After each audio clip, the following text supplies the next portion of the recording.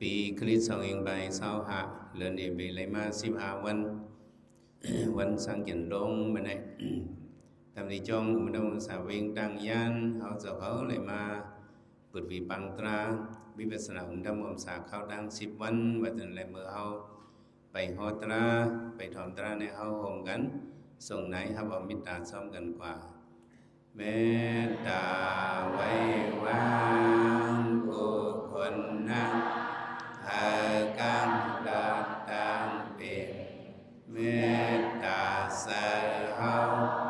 อมมอมเปาให้เศร้าหลอดที่เข็นสตา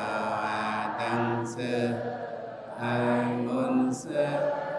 ตอนดึกจึงการยินสาวดานาดังเสือให้มุนเสือตอนดึกจึงการยินวิยาวิสาดังเสือให้มุนเสือตอนดึกจึงการยินสังขาสาวดังเสือให้มุนเสือตอนดึกจึงการยินเป็นทรงยินมหาเมตตาตรัสเอาหามกันยินสาธุสาธุสาไว้สีส่งไหนว่ามิตรใดเอาสมาถมตราก็นั่งอยู่สาล้มจะซึ่งก็นั่งให้ถมตรากว่าก้นมาเนี่ยเพอปรสิมว่าพื้นใส่ไว้ลมสีถมตราอันเท่าเจ้าที่ดิสนาบันกว่านี่ได้อยู่ได้มาเมตตาตราบันโยกีคิงใน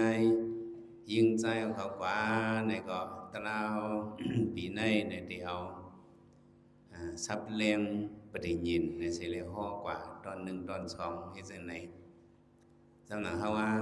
ในมาเขาการตราความซับเลียงปฏิญินนั้นเป็นปอเขาสมเอาหลงวนเฮเลเตียมเฮ็ดเป็นออกมาเพิ่นได้ยกเกี่ยวเขาเมื่อได้นั่งตะลาให้บ่ไหลอ่อนกันว่าเฮที่ไม่ลองกันรอบพระเป็นเจ้าลองติกทันลูโดลองย้อนปดย้อนคว้างย้อนลองอันปล่อยวางคว้างปันลองเหตุการณ์ตะลาต่อบ่ฮอดถึงอยากกันตะลาต่อบ่ฮอดถึงมรรคผลนิพพานนั่นบ่สมเอาลงเตรียมให้ย่อให้เลยเตรียมกว่าเป็นร่อนม่อนดงเตว่าเขาจะใครขึ้นซับเลียงในวันลองซับเลียงปฏิญินนะซับเลียงมันก็ว่าเขากันโตพระเยาในก็อ่อนกันว่าความคำปฏิญินนะว่าอติคาโนติคาเนี่ยขอความมันว่าอติคาโนติคานะมันเป็นความยอมนมต้องปั่นในว่าเช่นไรแล้วเหมือนดังว่าโอกาสานั่นเนาะโอกาสาในเฮาว่ากูก็โกโก้เนาะสังว่าเพราะในโอกาสาในที่ป๋องสัมวาหังโอกาสาโอกาสานั่นมันบอกว่าตากรรมนั่นโอกาสานั่นบอกว่าย้อนขออนุญาตย้อนขวางคาโอกาสาแห่งกรรมย้อนขวางดิพลาติตราติสังขารว่าโอกาสาหลายกรรม3กรรมภายใต้เอาได้ก็ถ้าว่าอติคาโนติคาเนี่ยนั่นเนาะว่าก็ในบอกว่าเขายอมน้อมต้องปั่นเจ้าฝวนยืงเหยเฮานั่นเนี่ยว่าอติคาโนติคาเนี่ยนี่เป็นความยอมต้องปั่นพอเด็กกับปีนความมันได้ก็ มันปีนหยาบไว้เองก็เนาะมีลุงปู่ก้อมว่ะมันมาเผียวเมืองไต้มันก็หวังหมอความไต้ต่อต่างๆเนาะฉาหลงสัมมาว่ะฉาหลงสัมมาก็มันสำคัญจ้าในฉาหลงมันอ่ะภายหน้าฉาหลงมันเห็นปัดความไต้ปิดปอดเห็นไงกะเนาะฉาหลงมาเพียงเมืองไต้ไปหึงปุ๊บหมอความไต้ต่างๆนาในอ้อหมอขาอ่อนวันไหนก็มาห้องมารู้ไอ้กรรมเนี่ยวะไ ให้ห้องเผอเสียงว่าไอ้กำกุติเนียขอแค่เนี่ยว่าห้องไอ้กำมากกันไหนเนี่ยว่าจะไหนคิงโป่งก็มองก็ไอ้กำมากกันไหนเนี่ยว่า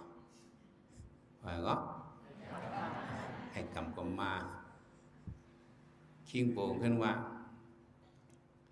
เมื่อขึ้นใจไอ้กำขึ้นกว่ากับปวดรู้เลยเสียงว่าขึ้นใจไอ้กำขึ้นกว่าขึ้นตีอยู่เก่ากันนั่นเลยให้ว่าความใจมันหมอว้าวมันก่อนจังที่ก็ขึ้นเรียนกว่าขึ้นตีไอ้กำจุกไงขึ้นในห้องไอ้กำมากกันไหนเนี่ยเสียหลงขนาดว่าไหนเมื่อขึ้นอยู่กับพวกในไอ้กำขึ้นมาที่เก่าเนี่ยเลยให้คิงเสียคิงโป่งว่ามันหมอว่ามันขึ้นเรียนมาให้คิงโป่งให้ไอ้กำมากกันไหนก็หมอมากกันไหนแค่แบบนั้นเผื่อห้องกับแถวเนื้อวันกับแถวเนื้อวันเมืองยาปูกีเมืองยาปูกีเนี่ยก็ไม่ปูกีเขาออกมาทบคนลงทงสามไต้เขาเนี่ยมันหมอนอมหมอยอมเปิ่นหันปูซึกมันเข้ามาก็คิงกีมาตักออดิคานอดิคาปูหลงเขาอยู่ลิคานอเนี่ยว่าจะไหนวะเฮว่าก็ออดิคานอดิคาปูหลงเขาอยู่ลิคานอเนี่ยจะไม่คิงเสียลงมันว่าอังนั่นเนี่ยทำไอ้ปูมาไกลไอ้กำมากกันไหนนั่นทำไอ้ปูมันว่าอังกันอ๋อมันว่าปุ๋ยนี่กองลาของว่าจะในข่าวเนี่ยcó hú đó bộ lông hao rồi buổi đồ để dù đi dù hai rồi nếu anh lo có tí đã bỏ ở đi khá bà lệ này thám mà mình cũng một đọc nữa còn mà ở đi khá này mình đang ở cả xã nữa còn mà quan yom nóm trong bản họ yon ác khoang khá còn mà họ yon cần to khá còn mà trên này nó ở đi kháพระเป็นเจ้าตราธรรมเจ้าสังฆาตุนเจ้าอันเข้าชื่อว่าอดียตนะเมียเจ้าสามปาในเก่ากาดีมามูซาเอาเฮ็ดตีบึงเกอหรือเสตักเตย้อนเอาขันธาโหโดยจะตั้งสองปองเฮ็ดฐานะอิสระโคลูบุษวังบันตำดีพระเป็นเจ้าดิขายาวเนี่ยบอกว่าว่ามคำปฏิญินเอาในเฮากันโตพระตราสังฆะกันโตหังเงาะเสียปอเมษากว่าในเฮากันโตเอเลยเฮาเอาตัวเฮาหลู่บนพระเป็นเจ้าอันเฮาเอาตัวเฮาหลู่ในอันในห้องว่าหังในอิสตาตานาห้องว่าก็อิสตาตานาในบอกว่าโคหลู่ตังเนอเนี่ยว่าโคหลู่หังพอมีอิสตาตานาโคหลู่ตังเนอเนี่ยก็โคหลู่ตังนอกเนี่ยก็ที่มีว่าในโคหลู่ตังนอกนั่นในความปาลีว่าปะหิตาตานาว่าไงก็อันเฮาหลู่ตั้งกินตั้งเยี่ยมเขาเส้นเขาซอยโคหลู่โคดันเขามุนเขาป้องเขาเส้นเขาสารจนเฮาหลู่จนอันนี้เป็นปะหิตาตานาเฮาหลู่เกี่ยวเสียเงินคำว่าหลู่การหลู่จ้องนะจนอันนี้เป็นปะหิตาตานาอันเฮามาเฮ็ดการตราเฮามาหลู่ตัวเฮาในเป็นอิสตาตานาเป็นตานาหังเพราะในอิสตาตานาเหปหิตาตานาในว่าพระเป็นเจ้าวะปหิตาตานาในพรลีมันเยนำเลยสิอิสตาตานาในเกาพระอัมโหสิปอของเจ้าวะจังไหนวะนี่ปองว่าหังในปองว่าอิสตาตานาในพรลีมันเยนำเลยสิปหิตาตานาวันนี้เฮารู้ตัวเฮาในพรลีมันเยวะเฮียงเลยว่าพรลีมันเยในตัวขันธาเฮาในเฮาเต็มตัดกาขันมันไหลรู้สองเต็มตัดไหลเต็มตัดไหลเปิดมาย้อนสื่อหมักตาเฮาลูกหนึ่งว่าข้อแข่งหลูในก็ตาคอนได้ตึกเดหันหูลูกสองหันเฮาขาอะไรหมักตาลงค่ะย้อนสื่อลงค่ะย่อเกี่ยวเขาพอดีขายปัญหา10 เสียนพอดีขายปากเสียน5 ปากเสียนเฮียงเสียน10,000 เสียนล้านเสียนกาเฮล่ะได้ขาย ca hư gom khai lên mặc đá hao lục liếu cái này ca khánhมันเฮายังเต็บตัดไหลรู้เฮาดูตัวเฮาตั้งตัวอันว่านั้นกาขันมันจังที่เต็บตัดไหลในปองว่าเฮาจุนดูตัวเฮาในปองว่าเฮาเฮ็ดตาหน้าอันเฮียงอย่างสิเปิ้นอ๋ออันเฮาได้ดูตัวเฮาเนี่ยให้เลยเข้าเป็นนิพพานสัพพิสิโยเฮาดูสิกรรมเที่ยงเปิ้งนึงเฮาดูตัวเฮาว่าในปองว่าเนาะอัตตสมัมปิยนัตถิโกนเฮาเนี่ยอันเฮาฮักให้เปิ้นก็เป็นตัวเจ้าเก่าเป็นอีหยัง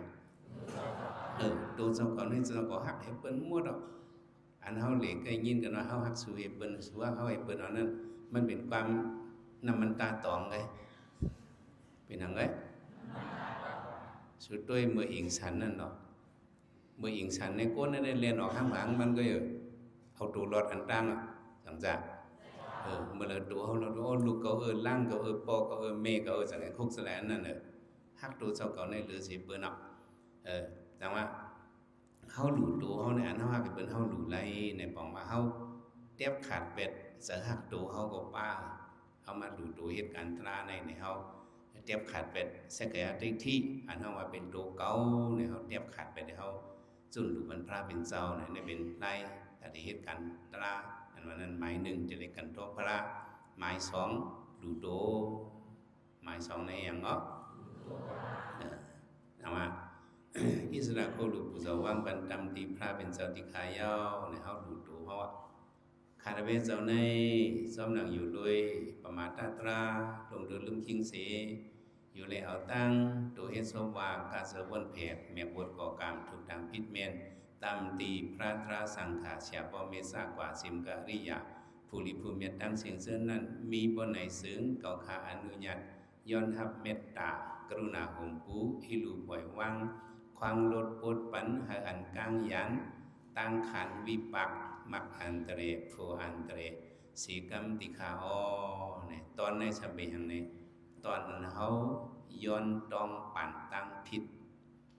ย้อนให้อันตั้งพิษอัมหูเลยอันเป็นนะกูเลยเป็นกว่านั่นนะ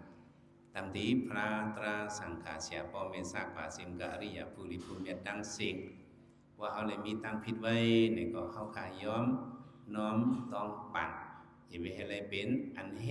กังมักตะลาโผตะลาเนี่ยก็เป็นหมายมีก้นเหตุการณ์ตะลาเปิดอันเขาย้อมต้องปั่นนั่นปองว่าหางเนี่ยปองว่าเขาย้อมหมันหน้าเขาย้อมหมันหน้าเขาย้อมตามพิษเขาอันเขาย้อมเบ็ดหมันหน้าเขาอันนี้ก็มันเป็นลองลีตาตะลาติขึ้นว่ะตายสังเดขึ้นป้อมย้อมเป็นมันหน้าในเขามีตั้งพิษไว้ในก็เขาเหตุการตราก็การตราในมันคืนไรในก็ในสมาลงเตรียมไว้ผู้เป็นโมโมได้ย้อมน้อมต้องปัดสิมกะริยาผู้ริภูเมตตั้งเสียงซึ่งนั้นมีบนไหนซึ้งก็ขาอนุญาตย้อนทำเมตตากรุณาหงปูอิรูปล่อยวางความลดปดปันเหินกลางยันตั้งขันวิปักมักอันเตรผู้อันเตรสีคำติขาในบอกว่าเขายอมน้อมต้องปั่นแต่ว่าเมื่อโยเขียวเขาว่าความคำปฏิญินในก็เขาจะใครปัญสติว่าอย่าไปว่าป้นชบป้นปากหลายๆก็ให้เลยหูที่ปองมันรีไว้นักจมไม่ว่ายอมน้อมต้องปั่นในก็เนื่องจากเขาก็ย้อนต้องปั่นเต้ๆตัวเลยไว้จนนั้นมันจะมีน้ำหนักต้องเมนะในเขาสัมถอมเตว่าป้วนโชป้วนปากให้ก็เปิ้นว่าเสียแค่มันจึงก็ว่าซ้ำๆก็เฮาไว้นักๆสมๆนั่นเสือเฮาเนี่ยเหมือนกันตั้งเฮายอมต้องปั่นเฮายอมน้อมตั้งผิดเฮาหลบไว้นักๆหนาๆให้อย่างนี้ลองอันยอมต้องปั่นจังไหนเนี่ยสำเร็จไว้หลาเนี่ยในโลกาเนี่ย มันจังว่าคนกินเลยไอพื้นไอไผโลภะโทสะโมหะมีกูก็จังมีเจอเขาวันนั้นจังเพิ่งตั้งพี่เท่านั้นมีดีเลยเนี่ยมีดีตัวเฮ็ดซบว่าเจอแก่มเนี่ยมี3มิวเนี่ยหมาย1ตัวเฮ็ดหมาย2ซบว่าหมาย3เจอแก่มกายกรรมวจีกรรมมโนกรรมนั้นอยู่เลยพิษยาพิษกูเลยพิษมาเนี่ยก็อะไรยอมน้อมต้องปั่นอันนี้เป็นลักษณะก้นลีลักษณะ ลักษณะก้นเรียนหมอย่อมน้อมตัวนี่เป็นลักษณะมือนามาเฮาติมอ่านพี่ดาวเนี่ยนี่เป็นลักษณะก้นเรียบ่เป็นลักษณะก้นให้เนี่ยได้ก็ผิดกว่ามื้อของก็ผิดข้างในก็ตายตกอะไรก็ปล่อยตกล่ะเนี่ยว่าจังไหนอยู่จังซั่นจ้ะคำย่อมมันหน้าเขาก็เคยว่าจังไหนก็เป็นแต่ว่ามื้อปล่อยเป็นนี่ล่ะมันหัตตาจังไหนมันยอมเลยมันหน้ามันบอกว่ามันหน้าอ่อนลีสั่งเอาขี้เสือหางมันเป็นอันไหนนะว่าอันเฮาเต็มเลยผิดได้เฮามาเป็นคนเฮ็ดกันตะลานี่เฮาเต็มเลยผิดเม่นยาผู้ยึงอย่า10ก่อผู้ยึงอย่าหลายก่อเข้มบุญจิเสปาว่านั่นน่ะเนาะปุตตะปิสิกะปุตตะสะอรหาอากาสาวกามาตาปิตุกุณาสัทธาธรรมติสกาสะตายกาอิติตัสสะมหากุณาอาหังวันตามิสัพพตาเนี่ยนี่เป็นความยอมน้อมต้องปั่นตำดีผู้ยึงอย่า10ก็ผู้ยึงอย่าหลายก็อันมันเขาว่าเข้มบนจิเสปานั่นน่ะความเตะเจ้าได้ปิดมาผู้ยึงอย่า10ก็ผู้ยึงอย่าหลายก็หมายหนึ่งเนี่ยบุตตาหมายหนึ่งเนี่ยพระเป็นเจ้าหมายหนึ่งเนี่ยเป็นหยังหมายสองปสิกาพุทธาหมายสองเนี่ยเป็นหยังหมายสามเนี่ยเป็นเจ้ายหันตะหมายสามเนี่ยหมายสี่เนี่ยจะเป็นเอกสาวกามาสาวกาปกติสาวกาแต่ไปหลวงพระเป็นเจ้าเอกสาวกามาปกติสาวกาจะเนี่ยอันนี้เป็นหมายสี่ทำหมายห้าเนี่ยสัมมาเมเจ้ากิจูหมายห้าเนี่ยเป็นหยังหมายหกโอเจ้ากิจูหมายหกเนี่ยเป็นพระหมายเจ็ดสัมเป็นเสียสัมมาหมายเจ็ดเนี่ยเป็นหยังเสียสัมมาหมายแปดเนี่ยสัมเป็นกู้หน้าบอกว่าก่อนมีกลุ่มก้นมุนเหยื่อเลยสิเฮาเสื่อนอายุเหยื่อสิเฮามีกลุ่มศีลสมาธิปัญญาอย่างเลยสิเฮาฉะนั้นอันนี้ก็ป้าก่อนหนึ่งหมายแปดเนี่ยหมายเก้าธรรมติสกาก็อันโหตลาบันเฮาอ่ะก็อันเงาะก่อนโหตลาบันเฮาหมาย10เนาะตายอย่างการมาบอกว่าก่อนสวยแถมเฮามาก่อนเฮียงเฮามาสวยแถมเฮามาเมื่อเฮาทบตั้งหยาบนั้นมันมีเจริญสวยแถมอันนั้นเป็นผู้ยุงอย่า10ก็บ่ได้ผิดเงี้ยจังไหนก็เฮาเฮ็ดการตราก็มันขึ้นหยาบไว้มันนานขึ้นว่าตอนนี้หมายหนึ่งเนี่ยเป็นพระเป็นเจ้าเฮาเลยย้อนกันโตพระสองกันโตอำกันโต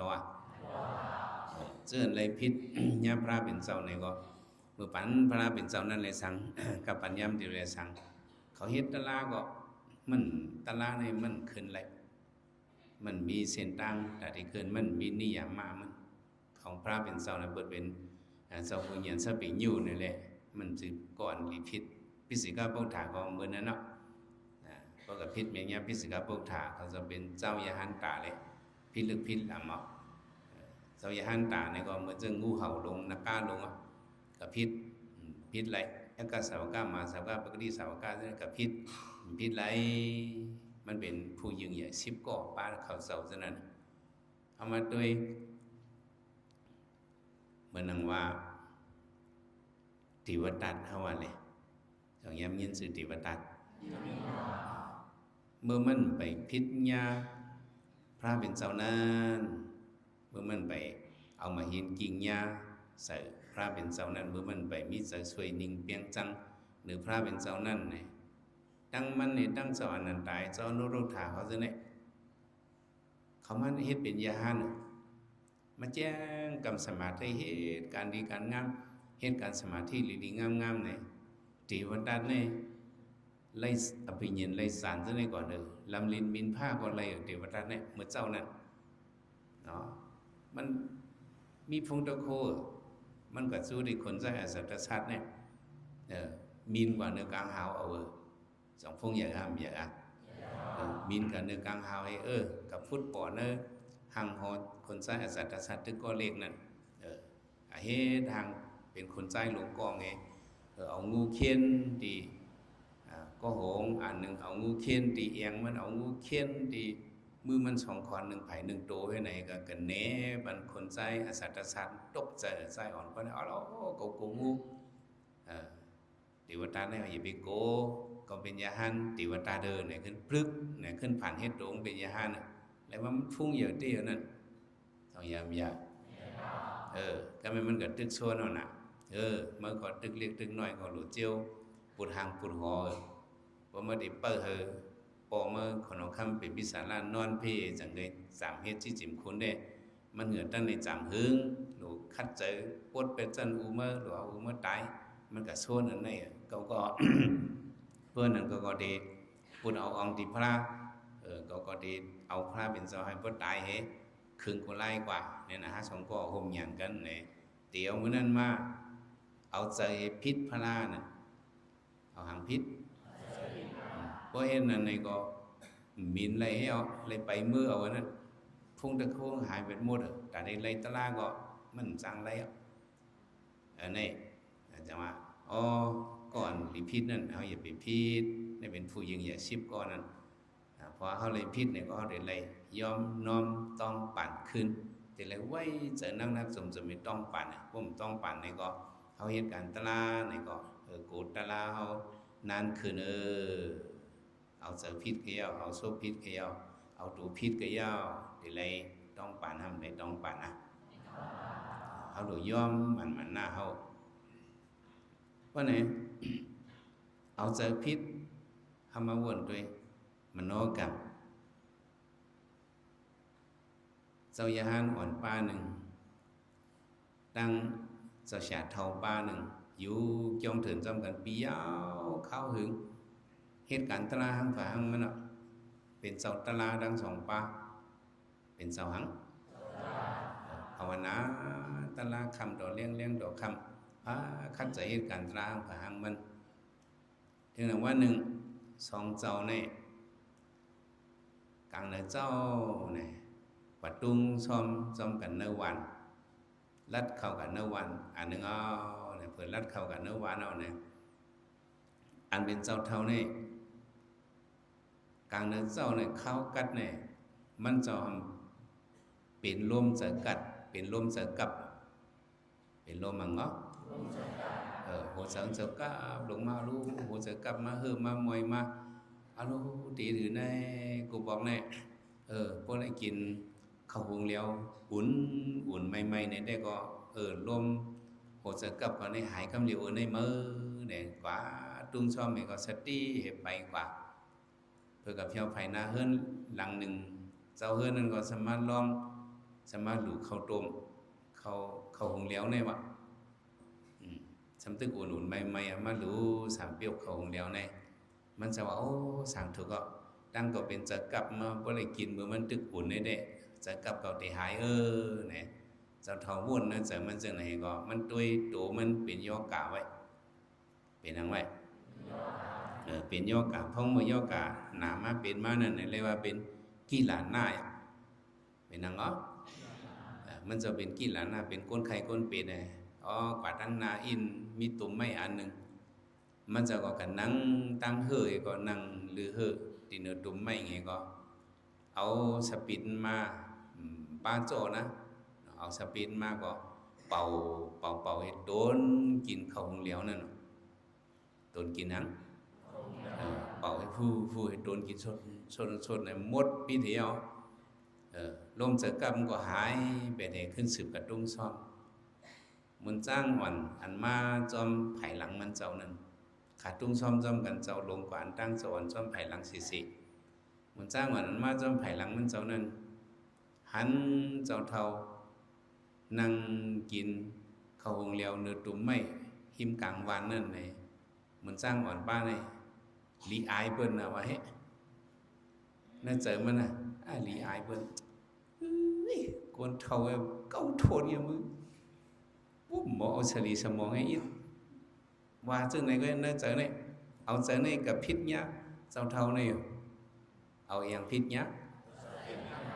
và ọt xốp chở này na và ọt xốp chở ao mưa hay cậu cả từ ham sim chở và nơi chở cáiเป็นมันนอกกรรมcáiเป็นอะไรผมโมยี่นี่มึงกินcáiจ้องก็ดีไอ้คนต่างหนักคนเท่าเก่าทนวันนั้นเจอcáiบอกสู้มาวันนั้นเจอวันนั้นเจ้าเท่าก็ซุ้งเขาเหลียวเยาร่มเจอกรรมก็หายมันจะสืบกระตุ้งซ้อมทั้งวันlấyเขาซ้อมมาปอกมาเขียวดิย่องเจ้าเท่าก็ไปวางย่อถึงดีสองเจ้ามาญากันลิลิงามข้องยินผู้ยินเจอนั่นเจ้าชาเท่าในว่าเจ้าชาเท่าได้ไปทางไหนเป็นยาหันตาเป็นนังเป็นยาหันตาcùng giờ sĩ minh châu và giờ sĩ minh châu xem coi biến và hành tạc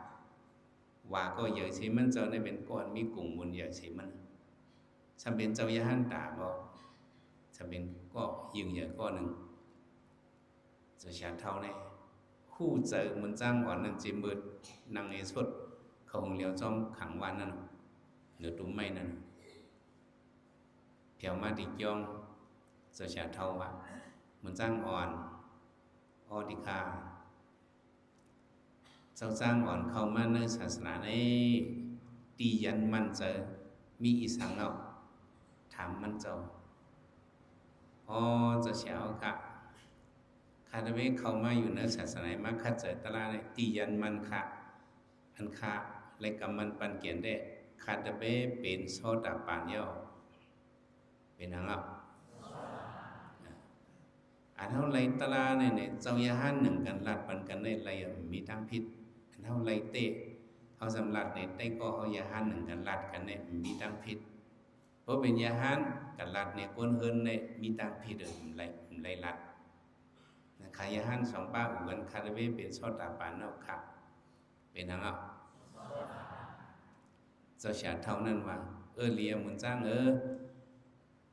พวกเป็นชนแต่ป่าเนี่ยในก็สะดวกไปสาวิปโมกต่องไล่ตรีสันปิตาอสุรเกเดเจ้าหลอดเอาก้อยกาวะตาตีนเลยตนาทานภายเนื้อนั่นเด้เจ้าคัดเจอก็เอาในกว่ามันไรเอามันเจ้าตกเจอมันจ้างก่อนเลยยังอ่านมันเจ้าได้อ่านเป็นยานตาจัดในเฮียงคาเสียวทำว่าซึ่งในติคาราเบคาลากูบอกเอ็มว่ากูบอกได้มันมีลมดังแต่เดียวว่าบอกได้การได้เลยว่าย่อเจ้าคัดเจอก็แต่ได้เป็นสกัดกะนากายานตานั้นจำเป็นเลยย่อก็พังคันเสียเจ้าเฮียงเจ้าวนด้วยแลหนังในคนหนึ่งก็มันจะมาวนด้วยเกาเลยเอาเจอเหตุพิษญาเจ้าเท่าเอาหางพิษญาlấy ao chơi phết nhá cho trẻ thâu này mình cho này hu chơi cậu ấy cần đó khả này cả hen phun mọc anh này mai yon trong bản khơi thì cho trẻ thâu này cầm liều khao này hen này khá lấy ao chơi anh nàyว่าผิดว่าคนเขาเก่าทนผมยืนในกับมือกินเด็กย่องคาเลยว่าหนังในค่า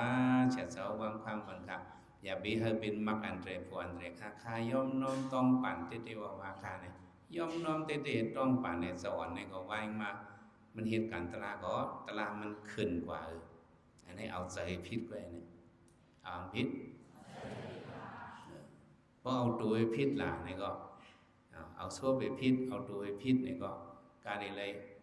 ย่อมน้อมต้องป่านบ่มน้อมต้องป่านนี่ได้ปุ่นตาเข้าตาที่ขึ้นอย่างเมื่อนะจันตราที่ขึ้นนั้นสองที่ขึ้นเลยเมื่อปันพระเป็นเสาก็มีเสายาหันป้าหนึ่งเสาก็กาลิกาเสาหังเงาะเสาก็กาลิกาทั้งตีวัดในเขาเป็นจุ่มเหลวกันมีปอกหนึ่งมันอยู่ที่จ้องเถินเสาก็กาลิกาอยู่ที่จ้องเถินปอกนั้นถึงมาปอมมาเสาสารีบุตรเสามกกะลันสัมเพียวมาดีวันเสาก็กาลิกาอยู่ในเพียวมาดีวัน เพียวมาที่เจ้าก็กาลิกาเนี่ยบทเจ้าสารีบุตรมอกรันเพียวมาเนี่ยก้นวันเขาก็ฮันนูก็เป็นวันนอกปีกเถินหางคือลงมาเป็นสารีบุตรเป็นเจ้ามอกรันเป็นอากาสาวกาลงสองเจ้าในก้นวันอ่ำหูจักเสกก็สองหูจักเขาหันจิมืดไว้วันนั้นเขาหันสองเจ้ามายนนอนติดจอมเขาเจ้าลัดมาเนื้อวันเนี่ยก็หันเจ้าเขาสองป้าthì gọi là khá họ học đạo tăng màวันสุดนี้2 ปีจอมอ่ะนะมีข้าวเจ้าก็กาลิกาอยู่ไว้ค่าคำนี้เฮาติมายอนนอนนี่เขียดที่จอมสุดนี้ขึ้นหน้าอะไรเป็นเจ้าสารีบุตรมอกลานในตะกาคำฮู้จักฮู้จักเปิดว่าช่องเจ้าเพียวกว่าดีในจอมเนี่ยก็กาลิกาในเลยหันเป็นเจ้ามอกลานสารีบุตรในเนี่ยมันจะก็ห้ามโหดดังไงก็จุ่มซุ่มซื่อจิตนามันก็ว่า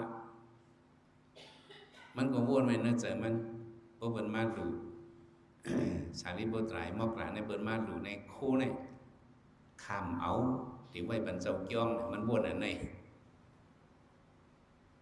มันคันเลยโคเลยมันล้อมหวานเนื้อวันก็กาลิกาก็ลัดก้นวันเขา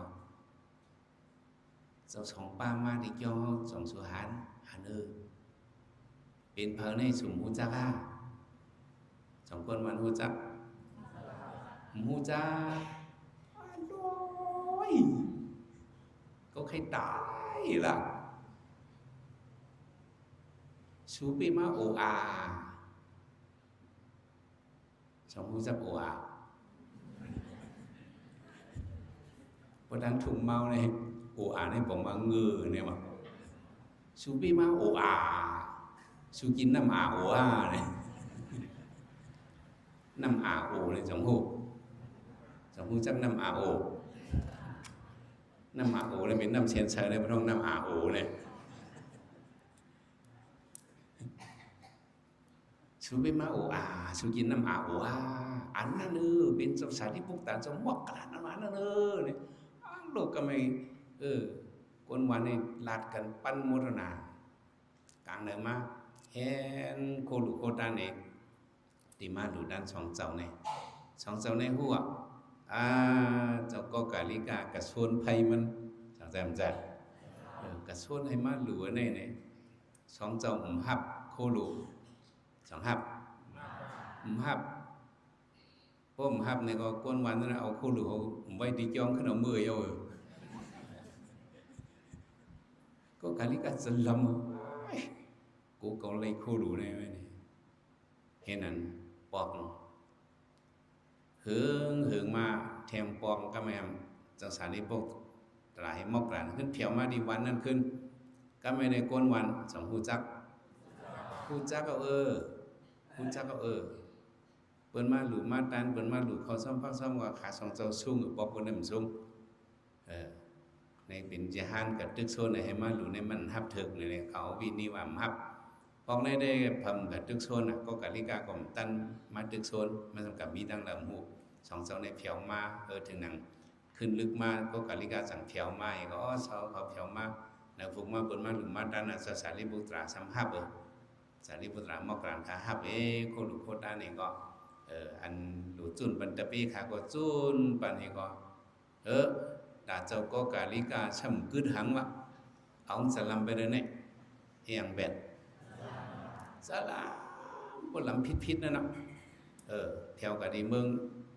สาวัตถีเมื่อดีจ้องเศรษฐบุญว่าเมื่อฆ่าซื้อขายเส้นเจ้าสารีบุตรขามอกตลาดเนี่ยลีเห็นว่าเป็นเอกสาวกาลงมาเฮ็ดจอมขายมือมีขาสองป้ามาป้าตะเบขามาเปิ้นมาหลูนั่นโกเกาไรแหละห้ามขามตั้งหลูได้มั้ยถึงที่ว่าป้าตะเบขามานำเปิ้นมาหลูเอามาหมดปันตะเบขามหมดปันเกาเจอกดเจอยอกเจอเก็บแนวพิษโชบกันไหมพี่ดังพิษโชบเอาเนื้อเจอพิษก็พิษว่าวสีกรรมนั่นน่ะว่าค้าขายกูซื้อกูเบิ่งพระเป็นเจ้าบ่มัดว่าดีก็กาลิกาเสียไปว่าซึ่งนั้นสารีบุตรมอกกลางในคำจอมนาเล็กนาใหญ่เขาด้วยจอมวินีกวย tôi dòm ta la quay tôi dòm hằng ấy mình sẽ khám phá bên trongพระเป็นจอมหูข้าให้โตทั่วเบิกในกันวันเดียวลูกพระเป็นจอมว่ามันถ่อมเราจะไปว่ามันได้สร้างตัวเจ้าก็ในคำว่านี่เป็นอันหมานมาเนอะเนี่ยที่เรียกว่าช่วยอิดหมานนางสองย้อมเพราะเห็นนั้นมันย้อมก็ว่าวติ๊กว่าต่างก็มันจุนเป็ดติ๊กว่าสารีปุตรามกลางเจอกดเนี่ยว่าค่าขายหึงนั้นเจ้าก็การลิกาในเป็นคมมาเป็นอย่างมั้งออกคมตั้งตัวเป็นตุ่มลงพดลงมาคมพวกแคบดับกับยาตาหนึ่งผมเขียนคมเลือดนองดอกวัดไตตกกับอวิสีปุ่นถ้าเพียวกันแล้วปุ่นปฐมมาอวิสีเนี่ยก็ตกถึงกับปุ่นในก็หังก็ผมเปิดว่าซบก็ผมเปิดว่าหังเจ้ายานเขาก็อุบกันก็กะลีกันเนี่ยเปิดป้าซบมันนั้นใครว่าวีลงกับติ๊กน่าจะถังว่าติ๊กเลยทำให้กว่านะยานเขาอุบกันพระเป็นสมถะสูบสังกันยานเขาก็เขาอุบกันคือเจ้าก็กะลีกาวายเสสุติเจ้าหมอกลั่นเนี่ยสารีปุตรานั่นค่ะพระเป็นเจ้าวะมันการจัดในกุยในวันที่รู้จัดก่อนวันหลังมีจึงหือค่ะจัดก่อนวันหลังนั้นก็มีเต่าตัวหนึ่งมีอย่างก็อยู่ที่น้องน้ำอันหนึ่งเห็นก็กินเยี่ยมถึงปองมากน้องนั่นก็ไกวแห้งอะไรได้ดีกว่าแห้งกว่าให้ก็จังมีนกหางสาสองตัวในพื้นว่าได้ก่อนนกหางสาสองตัวปิดหางสากันมาให้ก็มาเที่ยวที่น้องนั่นมาวันน้องนี่ตีเฮียงเจ้าก็ดีกว่านั้นเลยเต่านี่มาเฮาย้อนจอมสุกว่าจังได้เลยสู่เอาไม่หามเฮากว่าดูสู่คบเห็ดสองโตคบเฮาเด็กคบไม่สู่เอากับปล่อยบันต่างตีจังได้ไล่หางสารสองตัวนั้นว่าไรโยเจ้าก็เป็นเต่าในชบเจ้าในลาดุเป๊ะปุ่มขึ้นหิบบอกไหนวะกูเจ้าตายเนี่ยวะไปหางห้าที่ชบปากไว้ห้ามรัดชังว่าไรกูเจ้าเยี่ยในชบเจ้านั่นใครลาดุดิพวกเปิ้นมาหลีตีน้องในเจ้าลัดต่อเปิ้นในเปิ้นผมจางมือส่งทิ้งชบเจ้าลงใครลัดลีลงกะห้ามเอาคนฟันไรมันเป็นหางเขาดีชบเอาอะไรอยู่ก้อยเนี่ยพวกอะไรก็เอาเล่นเนี่ยนกสองตัวคบเอาไม้มาอันนี้ก็ให้เต่าคบในกลางมันขาสองตัวย่องให้มีนกว่าที่กับจูดินนองดงกว่าบอกว่าประจำถึงเพื่อเรียบลงกว่าเนื้อวันลูกหนึ่งมาให้เรียบกันแล้วมินคำวันนั่นกว่าก้นวันสำคัญว่าเยี่ยนในก้นวันนกยามนกหามเต่เนี่ยวะphải có nước ham tàu này tàu nó làm cây khăm á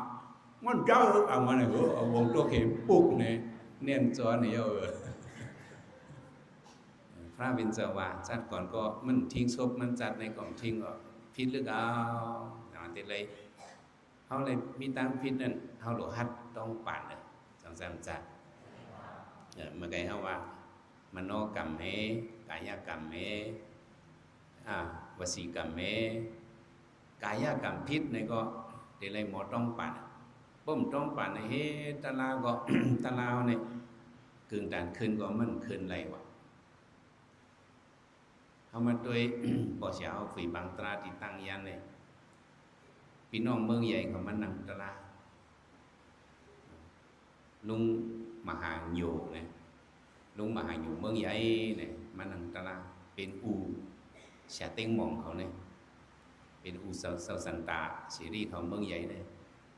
เป็นปูกะเป็นคิงเซาสันตาซีรีส์เขาเนี่ยเป็นอูเสียเต็งมองเขาลุงมาหาอยู่เมืองใหญ่เนี่ยชื่อเสียงเยอะนะให้ก็ให้เขียนก็เขียนกัดก็กัดมันนั่งตะลามังตีมังวะมันนั่งตีนังวะด้วยกันตะลาเนี่ยมันขึ้นป พุทธเดนินเสเดนิมา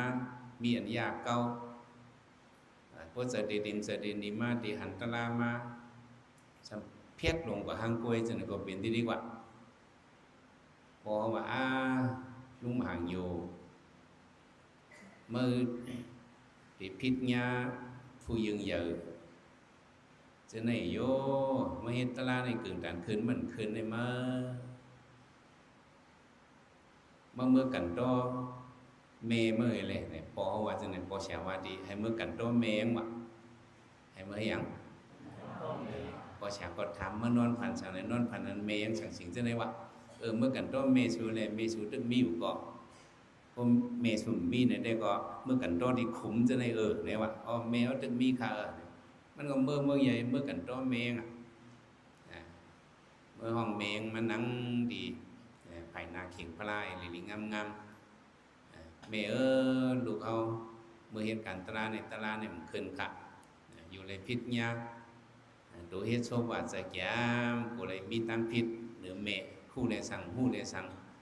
อยู่มีตั้งพิษแหละขาลูกมาย้อนต้องปั่นค่ะอย่าไปให้อะไรเป็นมักอันเตรผู้อันเตรสีกัมค่ะ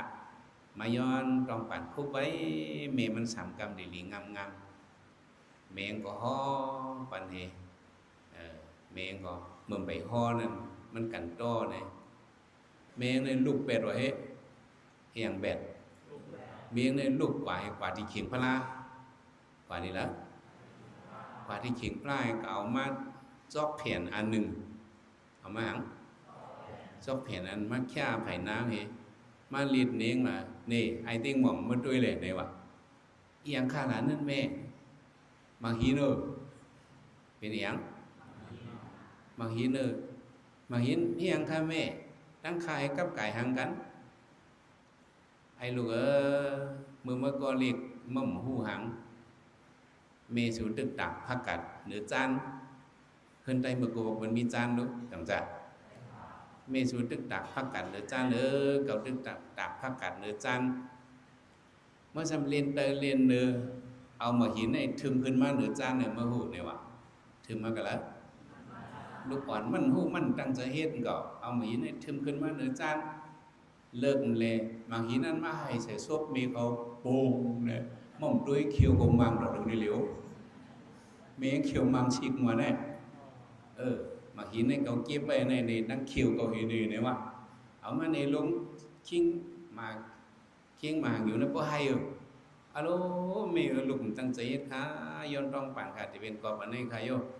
ข้ามผู้เลยเฮ็ดผิดก็ย้อนต้องปั่นเองนำคำเมย้อนต้องปั่นเมงกำลังจะขึ้นมาแถวตั้งยันขึ้นมาเฮ็ดตลาดเตี๋ยวนั่นกว่าเสือในจะขึ้นนิมว่าในเอาตัวเฮ็ดพิษญากายกรรมพิษญาก็เลยต้องปั่นเอาเสือพิษก็เลยต้องปั่นจึงเสือยหันอ่อนนั้นจังจะเอาตัวพิษญาจึงนั้นจะก็เอาซวบพิษญาจึงนั้นลุงมาหังอยู่ในเอาตัวพิษญาน่ะกายกรรมพิษญาเนี่ยก็เลยต้องปั่นโปโก10 เกาะโปโกหลายเกาะหมาย1พระเป็นเจ้าหมาย2พิสิกาปุถถะหมาย3อากาสาวกะมหาสาวกะปริสาวกะหมาย4ยหันตะหมาย5เมเจ้าจิสุหมาย6ปอเจ้าจิสุหมาย7เสียสมาหมาย7ในเสียอันสอนเฮาสั่งสอนอ่อนลีเฮาหมาย8ซั่นเป็นก็อันกุ่งก้นมุนเหยอเสียเฮาอายุเหยอเสียเฮาตั้งหูเหยอเสียเฮาศีลสมาธิปัญญาเหยอเสียเฮาก็กุ่งก้นเหยอเสียเฮาซึ่งอันนี้ก็ปาเนผู้ยังเหยอก้อนหมาย8หมาย9ซั่นเป็นเสียเปียในตลาดเสียงเสียในตลาดบันเฮาในบันเส้นตั้งตาได้ออกมนต์บนรถเนื้อสัมสารในจีซูอย่างในป้าเนื้อผู้ยังอย่างกล้องเสียสมาในบรรตลาเขาเป็นกวนเอิญขยับเป็นทางขยับเข้ากับพิษเพียบเนื้อมาในตลาเขาจังได้ขึ้นไหลหมาย10เนี่ยก่อนมีจีซูเหนือเขายามเลี้ยงเข้าเขา1 ตาขยับอันนั้นเป็นเสาจีซูเขาสังสรรค์จักยามช่วยแถมเขาเมื่อเขาหยาบผืดเนาะเขามีตั้งหยาบผืดเขามาช่วยเกลิดมันเขาเจ้านั่นเนี่ยเป็นเจ้าจีซูเฮาเนี่ย10 ก่อเนี่ยมันเขาว่าขิมบุญจีเสปา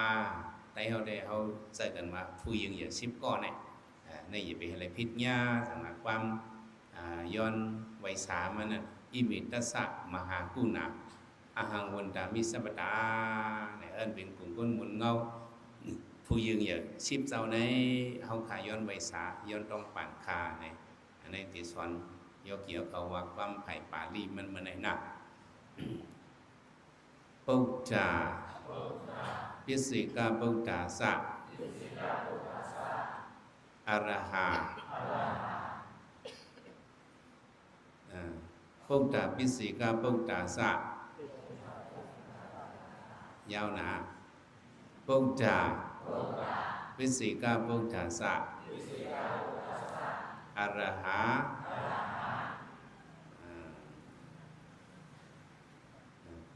อรหามหาสาวกะมาตาปิตากุณาสัทธาธรรมติสกาสะธรรมติสกาสะกุณาธรรมติสนาสะตายกาอิมิตัสสะมหากุณาอหังวันตามิสัพพตาในมันปองว่าหังจำติพระเป็นเสาตันในพิสิกาพุทธะเสาจำติยหันตะสัมติมาสาวกะเนาะจำติเอกสาวกะยก็จำติเมเจ้าเกซูปอเจ้าเกซูก่อนมีกลุ่มเสียสมาเดี๋ยวก่อนมีกลุ่มคนหมุนใหญ่ก่อนเป็นผู้เนตลาก่อนมีเจซูหรือเฮาฮาพวกโกผู้ยังอย่าชิบก็ในอาวันดามิสัปตาขาดเปียวเขาไวสาติขายาวเนี่ยในปอกหวานในเฮาเมื่อเฮาคำปฏิญินนั่นในก็มันก็เข้าเป้าคาดเวสเสาในผู้โดยหันเป็นอยู่ในพิษเมญญาดำตีพระตราสังขาเสียบ่เมษากว่าสิมกาอริยะผู้ริผู้เมียตั้งเสียงเสื้อนั่นในป้ากาดินตั้งเสียงเสื้อนั่นเนาะของป้าป้ามีบ่ในซึ่งก็ขาอนุญาตย้อนทำเมตตากรุณาหงปูอิลูปล่อยวางควังลดปดปันเหินกลางยัน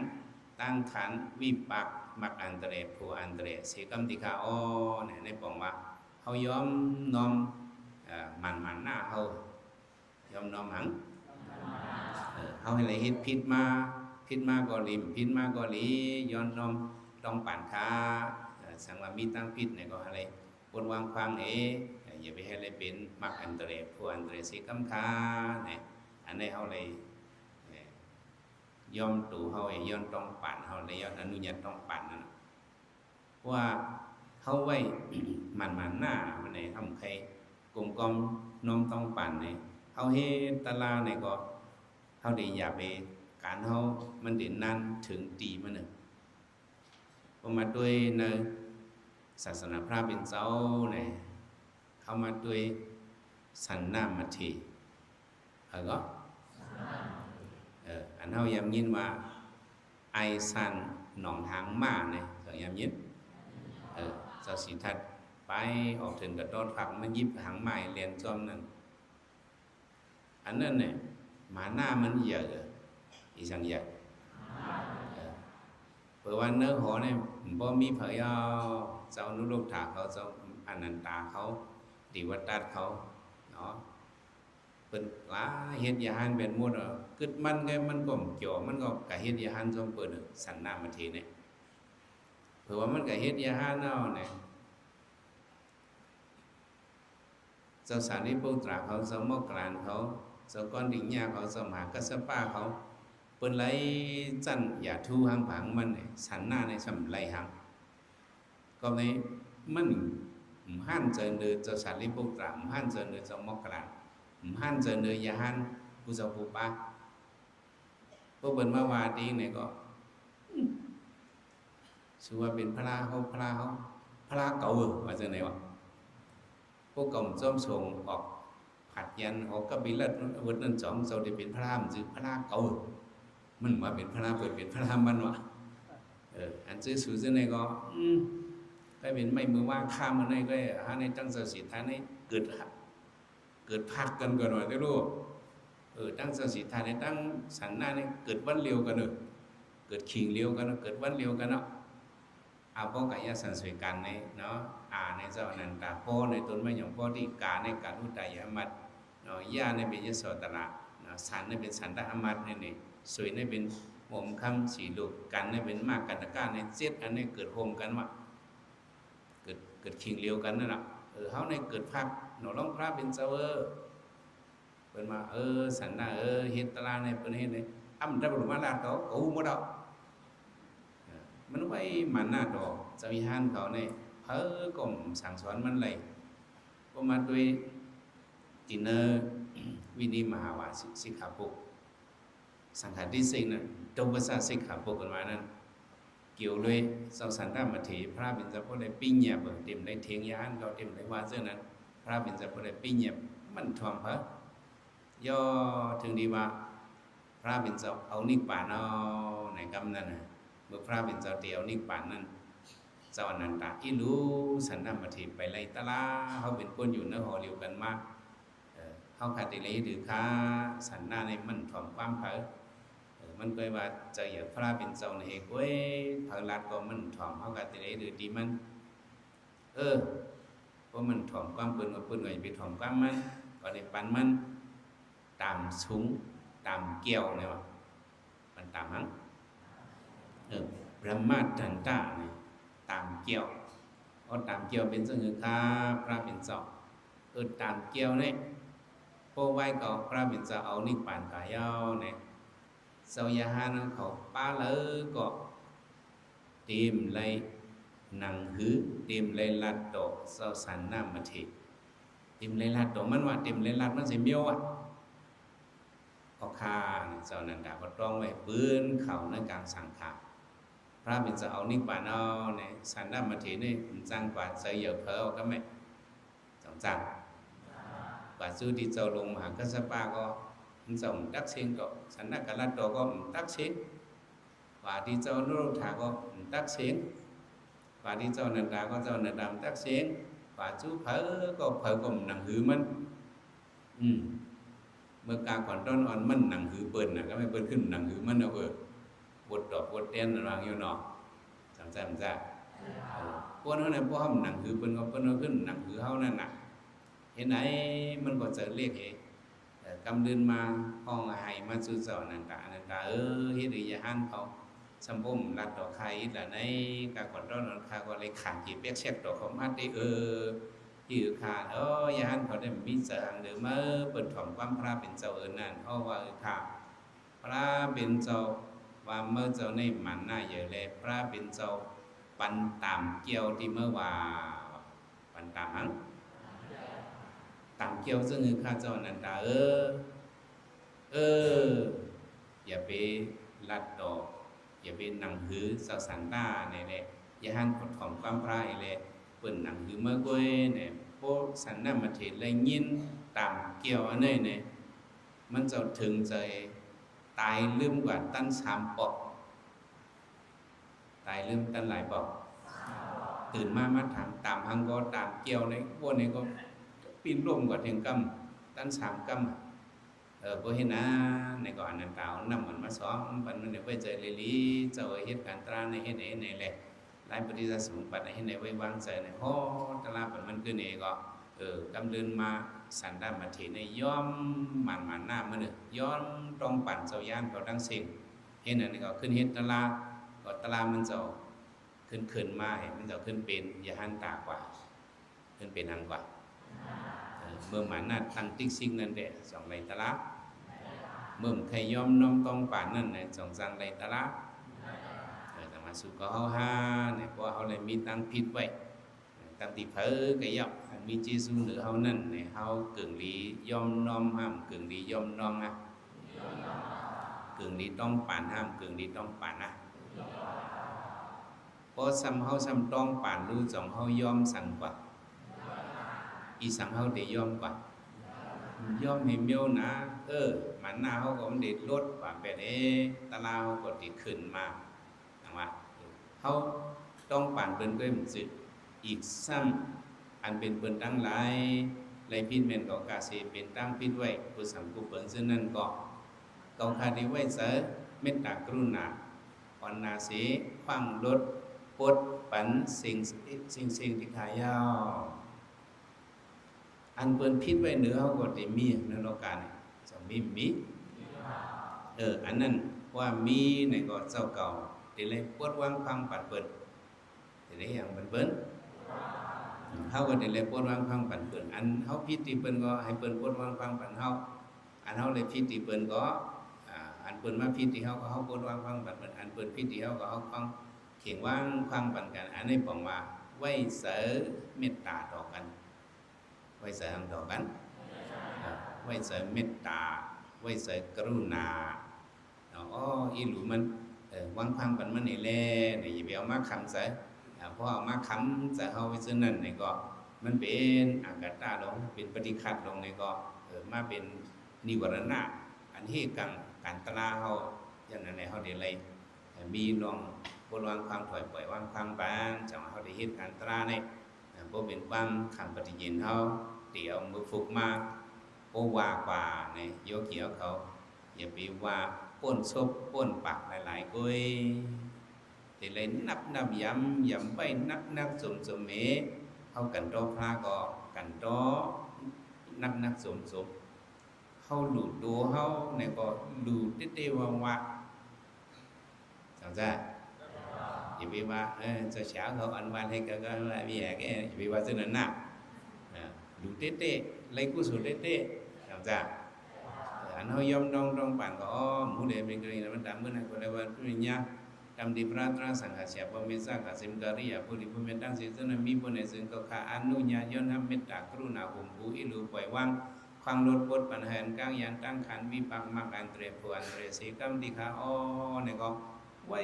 นักสมมีว่าซึ่งไหนจังดีว่าอันเปิ้นพิธีเฮาเนี่ยก็เขาก็ไว้เสริมเมตตากรุณาให้ความลดปดปัญหาเสียงยาวบนไหนเด้เสริมเฮาเนี่ยสร้างร่างกว่าหมดหรอกก็ไม่สร้างร่างว่าเขาพิดไว้ผู้ยังอย่าชิบเจ้าในบนไหนก็ลูกโก้ลูกไอ้เห็นเพิ่นบอกเฮต้องปั่นคนไรลูกไอ้ผู้เมียวกับเมียวเนี่ยก็เขาเห็นเพิ่นบอกว่านี่มันต้องปั่นที่ไผ่น้ำพระเป็นเจ้าคนไรมีติดใจเขามีดีแล้วมีติดใจเขาต้องปั่นให้ลิงงามเพราะนั้นก็เขาเมาใจกว่าเนี่ยก็เขาเฮ็ดการตราเนี่ยก็ตราเขาก็มันก็เข้มมาเพราะมีเงียงมาคำติดใจเขาเนี่ยเขาเฮ็ดการตรากว่าก็มันได้เข้มแลบในย้อนนั่นแหละปักเปิงการได้เฮ็ดการตราอันว่านั่นในไม้หนึ่งกันโตพระตราสังขารไม้สองดูโตไม้สามย้อนน้อมตองปั่นอันเขาพิดไว้ตามตีผู้ยิงอย่าชิบก็ผู้ริผู้เมียเขาเช่นนั้นเขาย้อนตองปั่นเขาไม้สี่ซ้ำอันเปิดพิดไว้ที่เขาก็ปลดวางความถอยปล่อยวางความปั่นเปิ้นในปองว่าเขาอยู่ด้วยเสือมีอันกิจอันคลองทางเขาเฮ็ดการตรากว่าเนี่ยก็เขาเลยลืมเสือลืมคอยเฮ็ดเนี่ยก็ตราเขามันได้สืบขึ้นยิ่งใหญ่มากก็เป็นไงมันในเขามาซับแรงในมันซับแรงปริยินตอนหนึ่งในยกดูว่ากันไหนมันก็มาไปสืบซับแรงป่าแทงจอมหนังความความปริยินเท่านั้นมีนั้นยกเกี่ยวกับตรงของเก็บสองไว้นงนะเสือนักสมให้แล่เกี่ยงกำกันตรากว่าอะไรเจียวทุบยาตราทุตราเมียตราเสตราหมันกันขันไว้สักกำเลยตาเนาะ